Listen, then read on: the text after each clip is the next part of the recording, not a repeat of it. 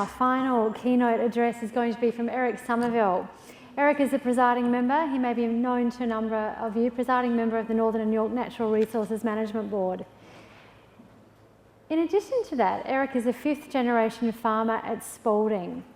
Eric's family operate an agricultural contracting business as well as managing a 1,500 hectare farm, and he manages this with his wife and his two sons. At various times, Eric has served on the District Council, Hospital Board and School Governing Council, so he's a man who's very much connected to his community. He's also been involved in the Yorke Landcare group for nearly 20 years. Eric's most recent appointment is presiding member to the Northern and Yorke Natural Resources Management Board, as I've mentioned. I've also recently had the pleasure of working with Eric on 2 occasions, and I know that he's got this dry, slightly wicked sense of humour. So I'm hoping that we'll see some of that in the presentation that's about to come up. Please welcome Eric to talk to us about how to engage with farmers.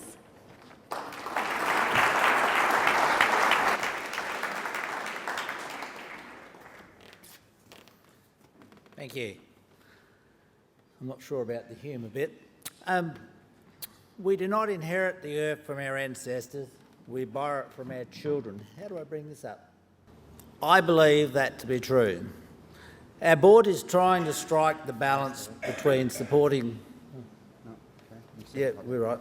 Between supporting the environment and meeting the requirements to have a strong economic region. We instigated a very strong consultative planning process where each board member met with people in the region and discussed issues with them. We interviewed farmers, ag consultants, business people, people who wrote into the papers that were negative about us. We basically tried to get a good cross-section of people. They weren't necessarily important, it was just a cross-section of people. Probably interviewed 50 to 100. Out of that, we came up with these themes. Productive partnerships, basically just get some good results, achieve good natural resource management, water, weeds, wild dogs, cats, foxes. Catchment connections. We have 4 river systems in the Northern and Yorke board area and numerous groundwater basins. It was pointed out to us that it is imperative we manage these assets, and I believe we have to manage them for the future generations, not just now. This is a relatively new concept because when I started farming, we were putting contours in dams.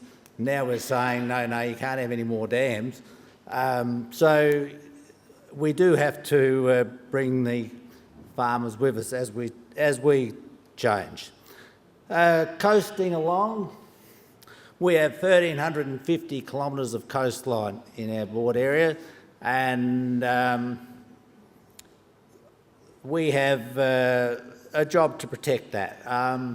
Once again, we need to change people. Motorbikes on dunes aren't necessarily a good thing, but people on motorbikes really do like it. So we're trying to adjust that. Life on the edge. Our roads, they're not only transit corridors, in some instances they're important ecological sites, and we must manage them well. And the must-do management, we must comply with the board's legislative responsibilities and make sure that we are working within the state plan. So it's my intention to show how we are engaging with the community in these 5 areas. Here. 80% of our board is agriculture, highly productive agricultural land, so that influences very much what we do. As an NRM board, you tend to think, yes, we're talking about biodiversity, echidnas, whatever, but we do have to cater for this land that is agriculture. So we have to work in that, with those parameters. So this is reflected in our board's priorities. Northern and Yorke covers 34,500 square kilometres of land, 4 river systems, Yorke Peninsula, the Northern Mount Lofty Ranges, Southern Flinders Ranges, and a couple of gulfs. I live in the Northern Agricultural Region between Clare, Borough and Jamestown, which is there. So I guess you can see the sort of area we live in. It's undulating, it's not flat, lots of water courses and quite productive. A bit of history. My father farmed with horses. And that's him on the, this side.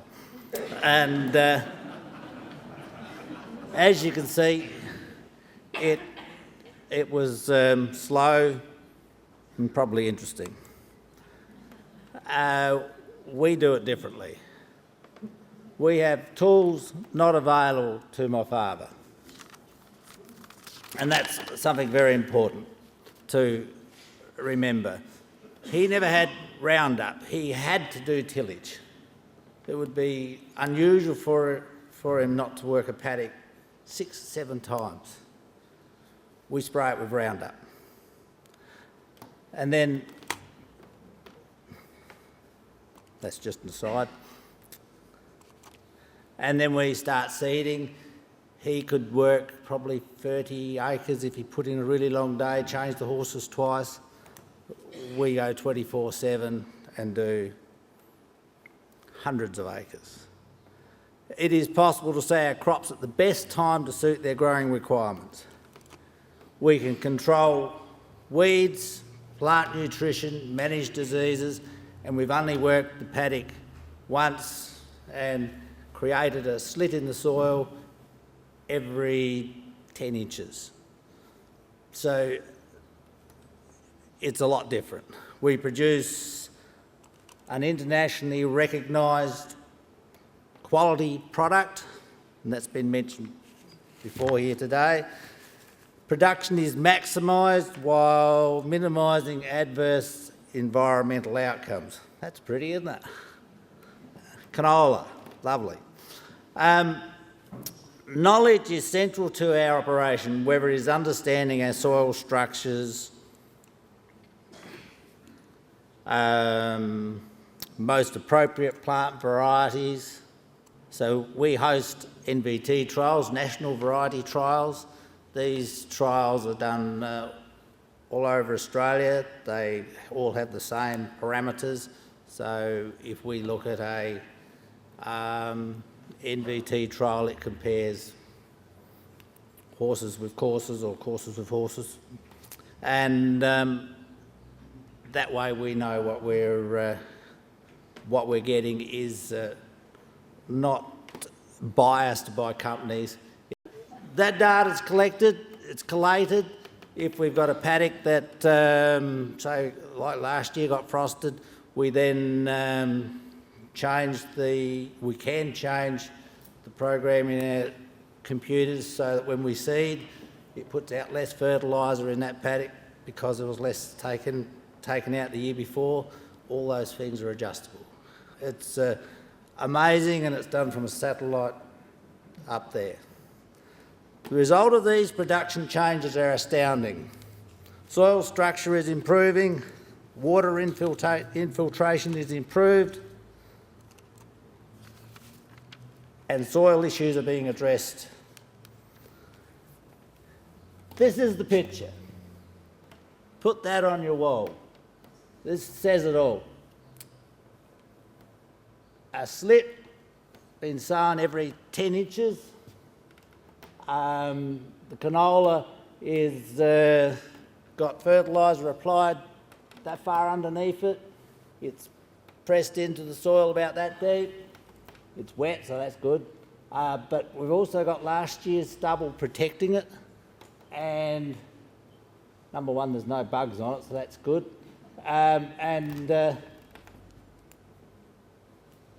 there's still the organic matter breaking down from the previous seasons. You know, for the 80% of agricultural land that's like that, it's magnificent. We get no erosion as far as dust. Runoff doesn't happen, which does affect watercourses. This is the picture, so keep that one in mind. Our business has closed up or protected approximately 2% of our land.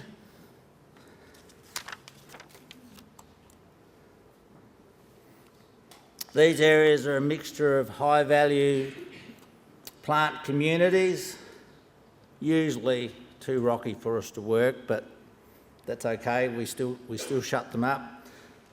Or they're erosion-prone areas, or they just link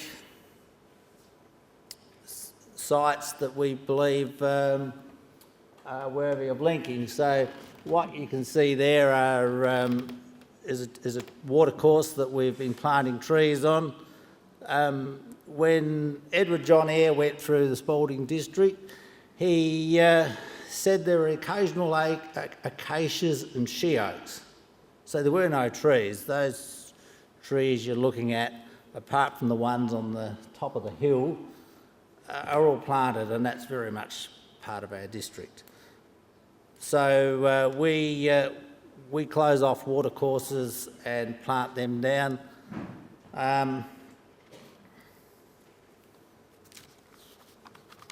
The advantages can't possibly be.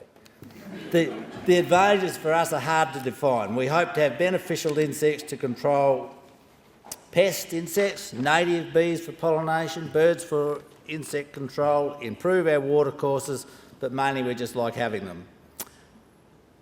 Now, why I was asked here, how do we as farmers and landowners connect with the community? So you've got the idea, we're doing a good thing.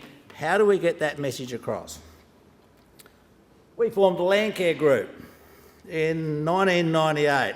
I won't talk too much about that because you'll get sick of hearing about the Yakamarundi Landcare group this week, because there's a few speakers talking on it. But basically we met in shearers' quarters. Every meeting had some red wine and a barbecue, but that worked. We planted trees, had info days, education days, and there's Dr. Bernard Dubé, who's here today, and generally we use it to liaise with other organisations. The real reason that I was asked to speak today, I think, is I'm the presiding member of the Northern Yorke NRM board. I was appointed to the board in 2009 and I thought it would be interesting. I was naive. It blew me away. The number of projects, the planning, the staff and their knowledge, more planning, a new language, BPOP, MOU, SLA, who knew what these meant? Me neither. And above all, the professionalism and the desire of the board members to make it all come together. These are some of the ways we try to achieve this. Our main program is the Conservation Action Planning process, which has been implemented across the entire board region on soil, water and biodiversity. We are the only board, I believe, that has the entire region covered by the CAP process. The advantages are numerous. It defines high conservation value areas. The areas can be prioritised for funding and project. It identifies the weakest areas which would be too uneconomical to or not worthy of spending money on when you haven't got much. This means we target very accurately the best places for projects to be implemented because it's been through the CAP process, it carries a lot of weight. CAP is ongoing, adaptable and it works. A project identified by the CAP process ticks all the boxes. It has community and scientific input, it's peer reviewed, it is basically a SWOT analysis of our region. It is hard work but worth doing. We team with numerous delivery partners.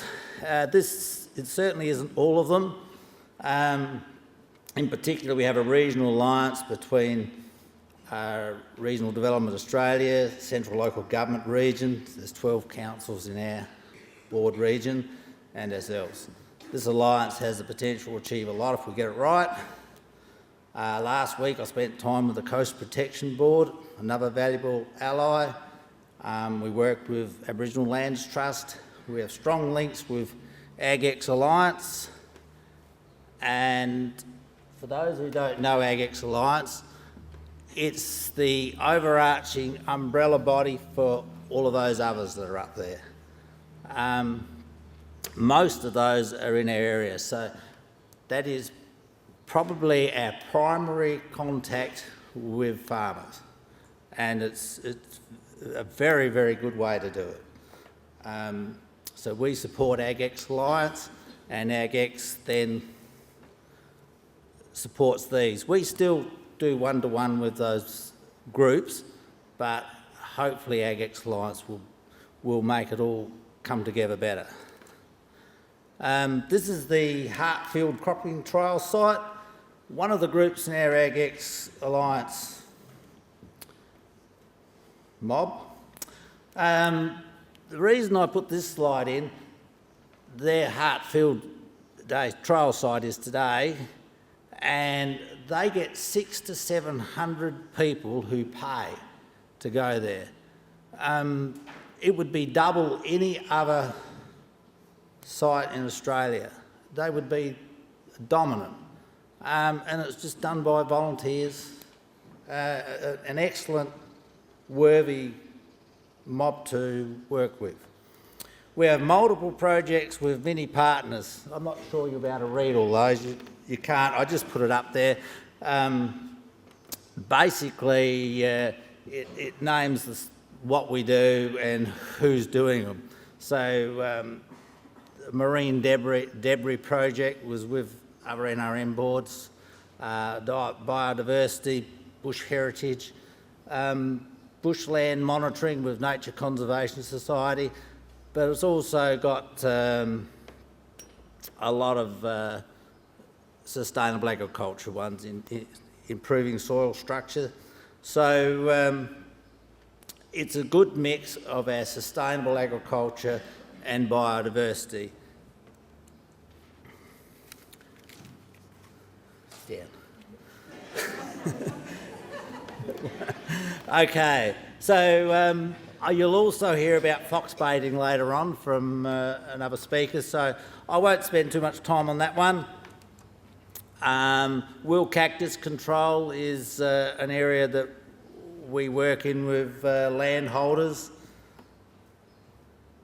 Rabbit ripping. This is one I like, our young environmental leaders. It's an in-school project where we, our community education team go out, and if I had to rate a project for community involvement, this one's a 10. It just works for us. We have 21 schools at the moment involved, and it's just popular. Our 4 catchments project, that's a $5 million 5-year project, which is nearly completed. We finished the management plans and remedial works happening, and we work with Adelaide Mount Lofty in the Light River, the Broughton, the Wakefield and the Waikerie we're doing as well. And that's just bringing in the high value areas and trying to get those farmers to work together to link all the sites. Okay, one more slide I think, and then I'll have to go by the sound of it. Beach Daisy. We have a community grant program too. The West of the Peasy Biodiversity Restoration Group have been getting grants from us. They found beach daisy, which apparently is a weed that floats in from the sea, and it had taken over the Formby Bay area, and they are now to the point where eradication is achievable, and that's just with, $1,000, $2,000 a year. So I think I'll leave it there. Thank you very much.